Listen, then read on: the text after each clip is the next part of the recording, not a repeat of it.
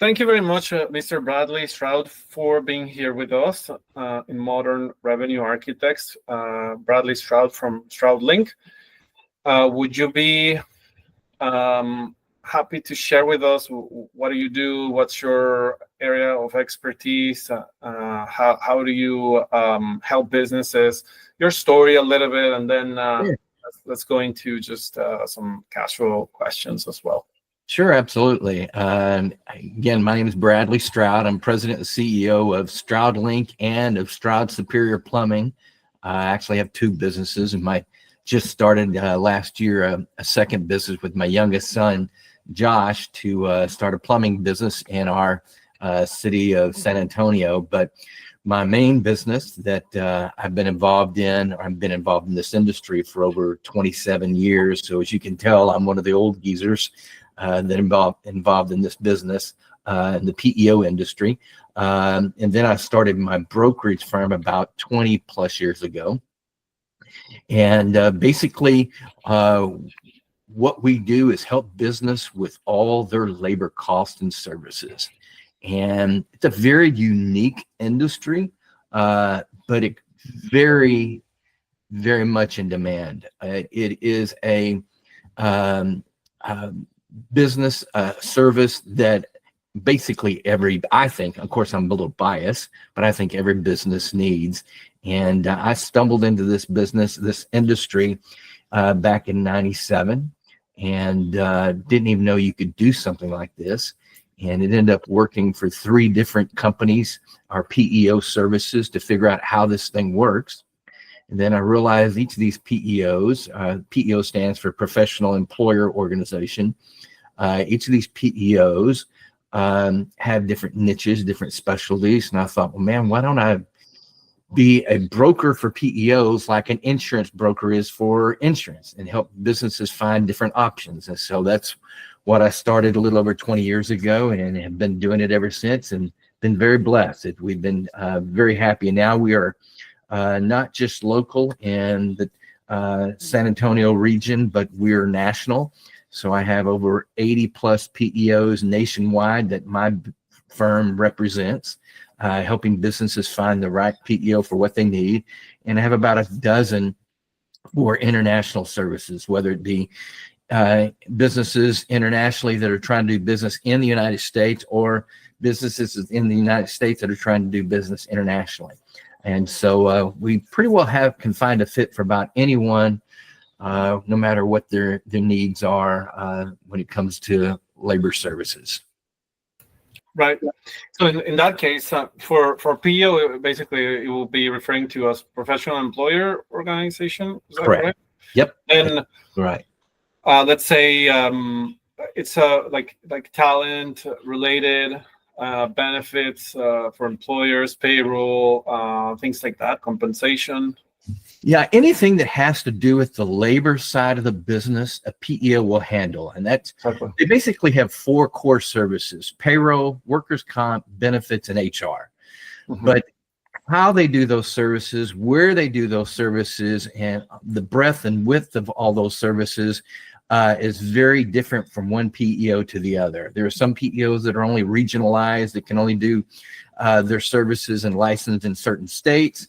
Others are in all 50 states, and as I mentioned before, others are internationally. Mm-hmm. And so that's where I come in to help businesses find the right need. You know, if it's a small construction company, they don't need a big national PEO service. But if it's a company that's in, multiple states and growing, or if it's a startup that's trying to move in multiple states, they need a PEO with a larger footprint. And so that's where we come in, is helping businesses find that right fit for what they're looking for and what they need. Yeah, and that comes with, I guess, they as a business owner, given if it's a startup or given if it's a larger organization, they don't know what they don't know, right? Like in that sense, like what are some of the signs that they could have in order to ask you, hey, Bradley, I need help. How do I solve this? And given times, I believe that, and I include myself sometimes, like we are very naive into, oh yes, I'm the CEO, I know everything, I should know this. So there's a a little egg to be cracked so that they can open themselves and tell you, yes, I have this problem. Yeah, I need help on fixing it, because they're supposed to be knowing everything, which is not true, right? Right. You know, it's funny, when I first got into the business world 30 something years ago, and I always thought when somebody said they were a businessman, that means they knew everything about business. And as I got into my industry and started meeting with businesses, I mean, I literally meet with business owners every day. And I realized that probably 90% of the businessmen or business owners have no idea about business. They know about their specialty. They know about their craft.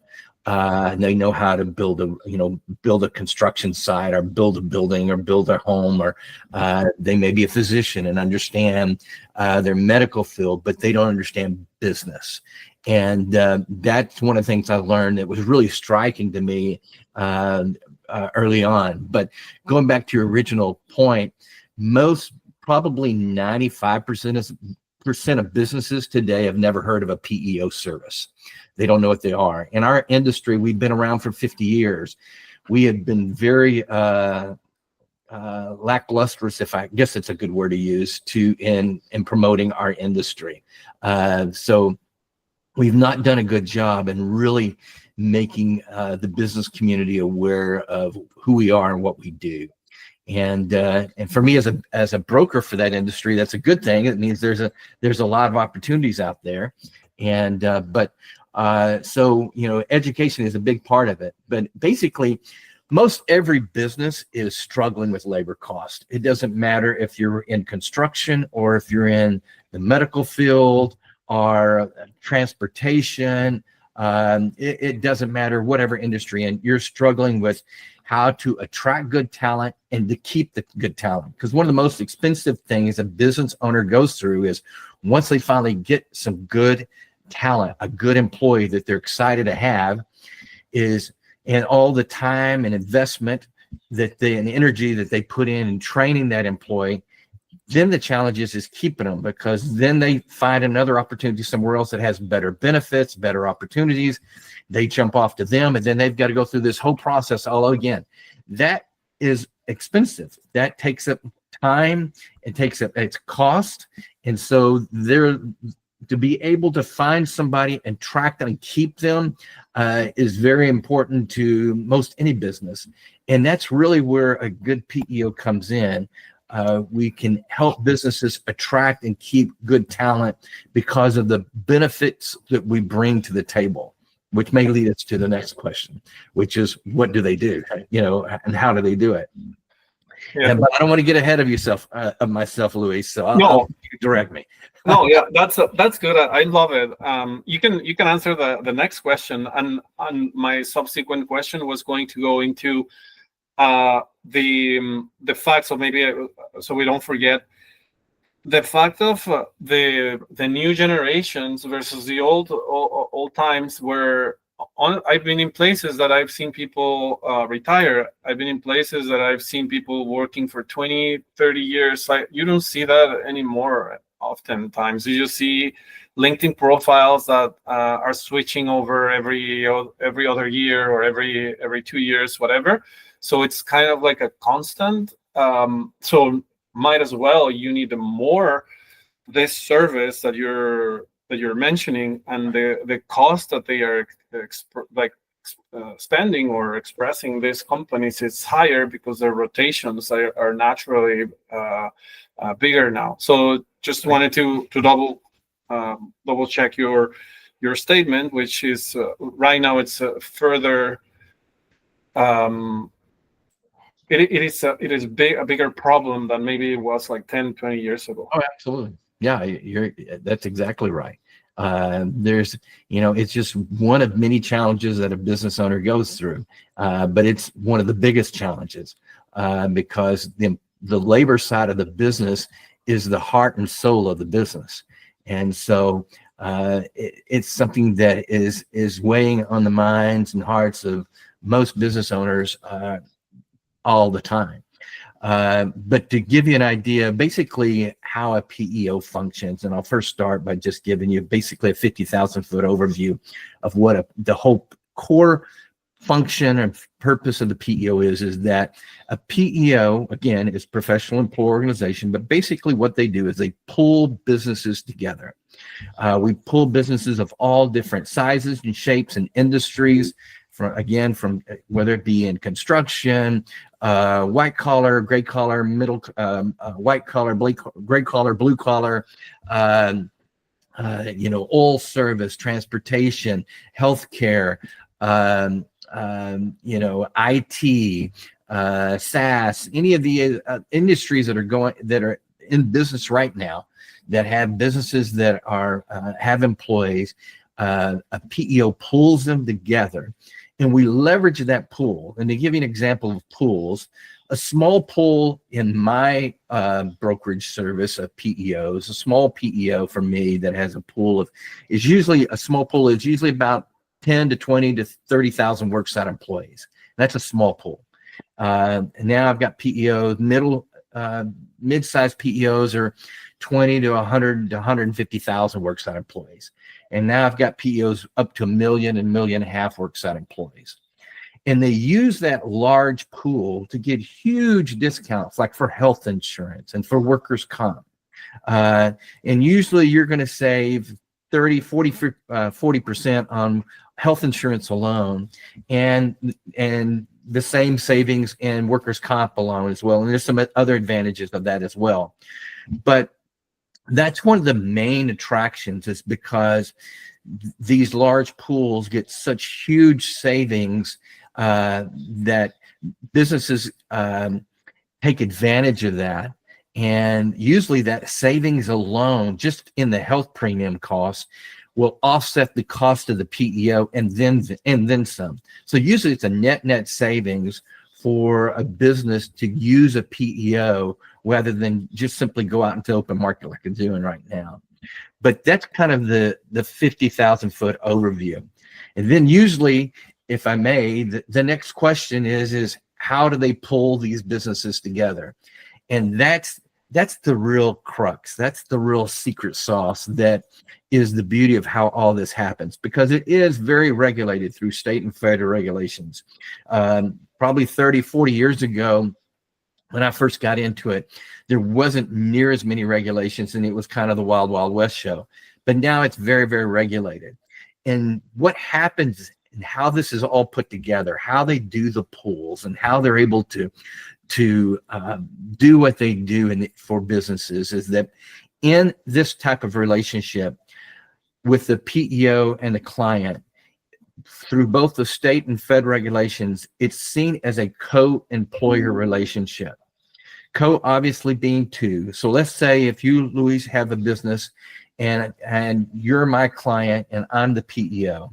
Through all the state and federal regulations, you as the client company are seen as the on-site employer. That term and designation is really important, because what that means is you have full custody and control of your employees. And that's one of the first questions and concerns of many businesses when I start explaining this is that, well, do I lose control of my employees? Do I lose control of my business?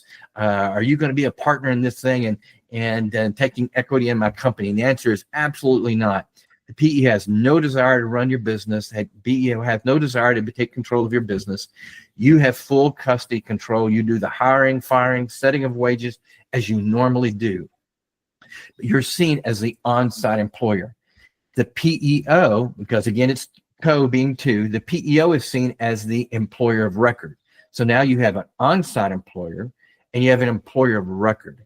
What that means is, although you have all the control and authority as the on-site employer, your employees are moved off of your federal ID number and moved onto the federal ID number of the PEO.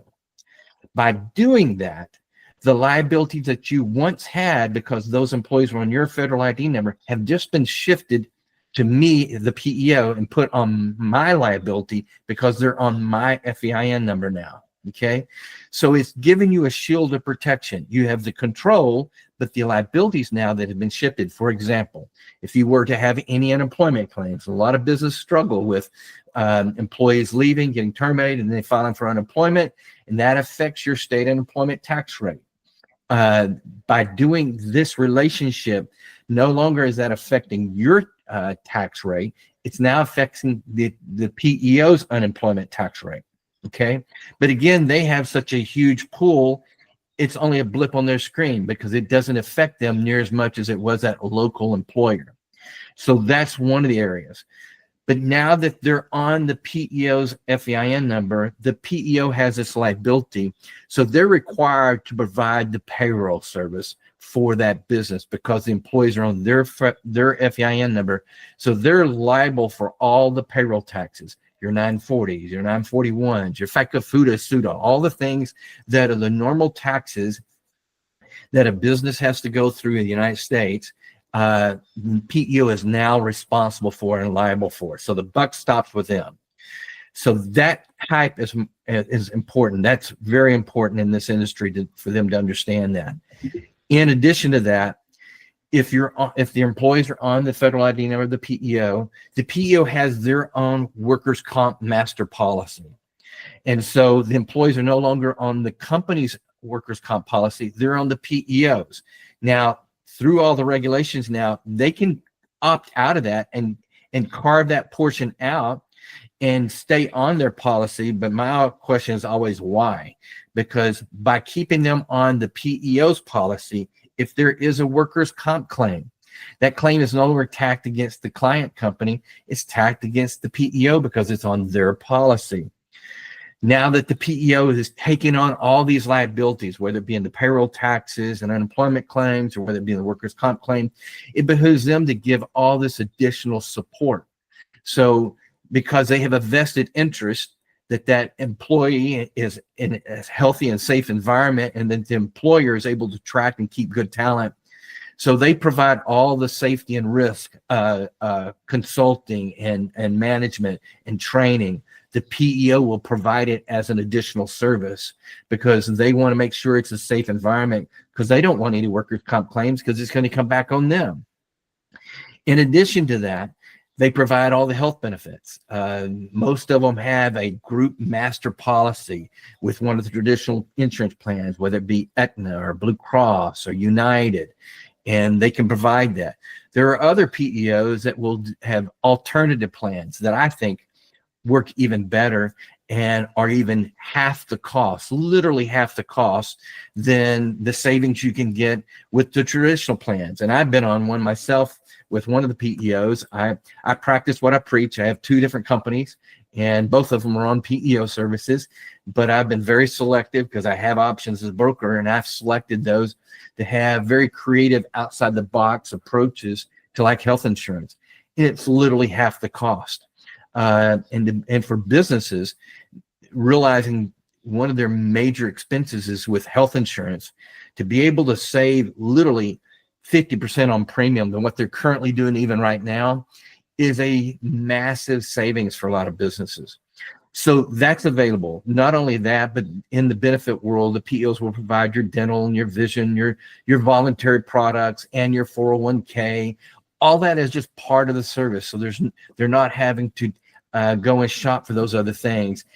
This whole concept is basically a one-stop shop for all your needs when it comes to the labor side of your business. And then they'll provide HR support. And that's everything from HR training, consultation, employee handbooks.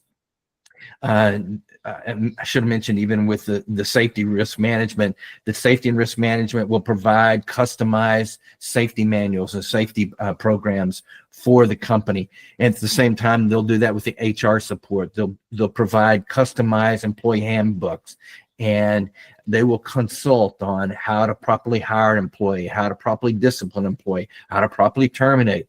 All the things that a business owner needs to have peace of mind that his T's are crossed and I's are dotted, so he's not running into landmines. The PEO helps you avoid any landmines with all the regulations out there for businesses, so that the business then can focus, the business owner can focus on the revenue side of his business and not this non-revenue side of the business that has the most liabilities and the most cost.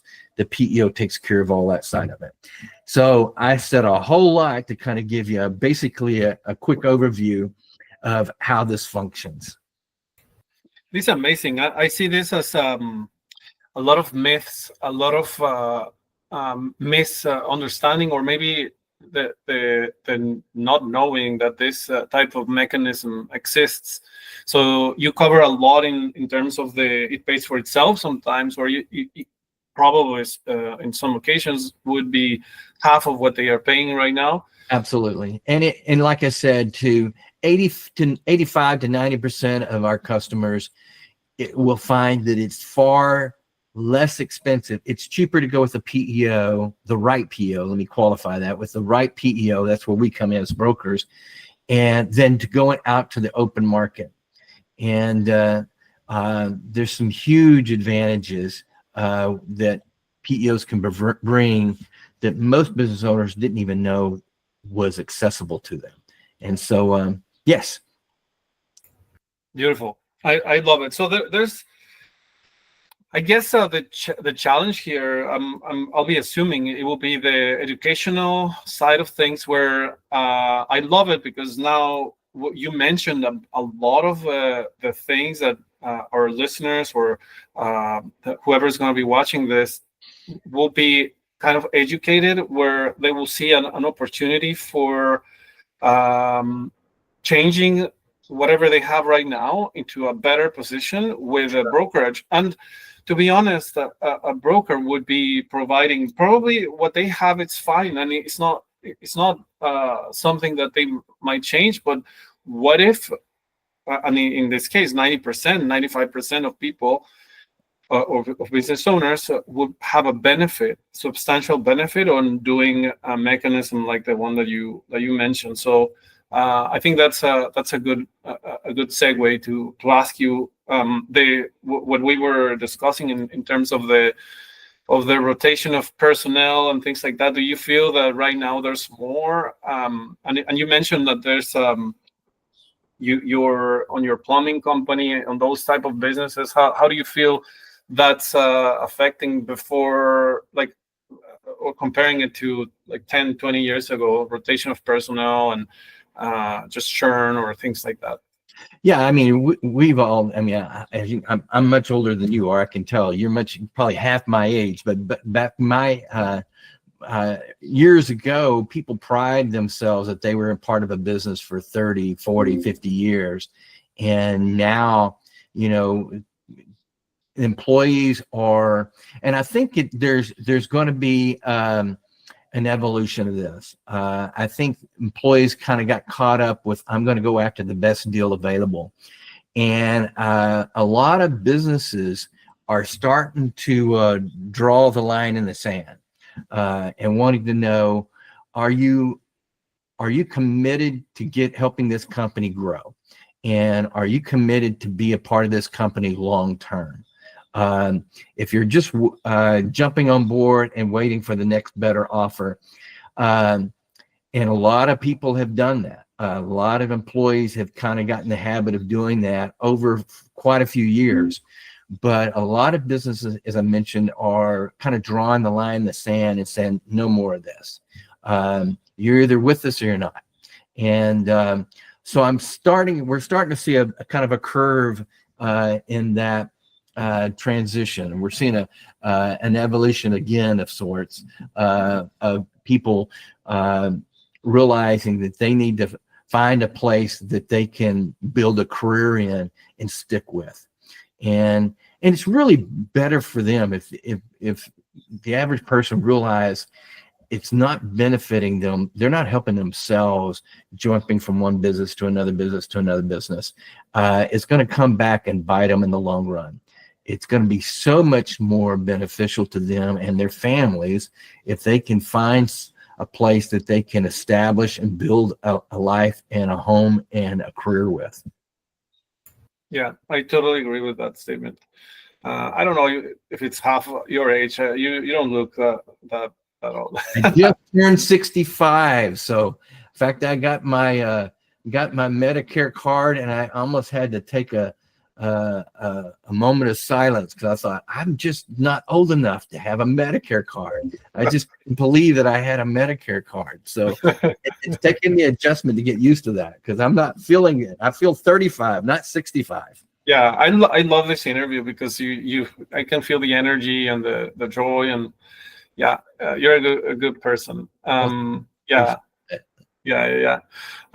Just maybe some final thoughts on in terms of the AI evolution, everything, what's happening. What's your take there? Have you had any experience like with some of the things that you're doing and your work day to day? What can you describe there?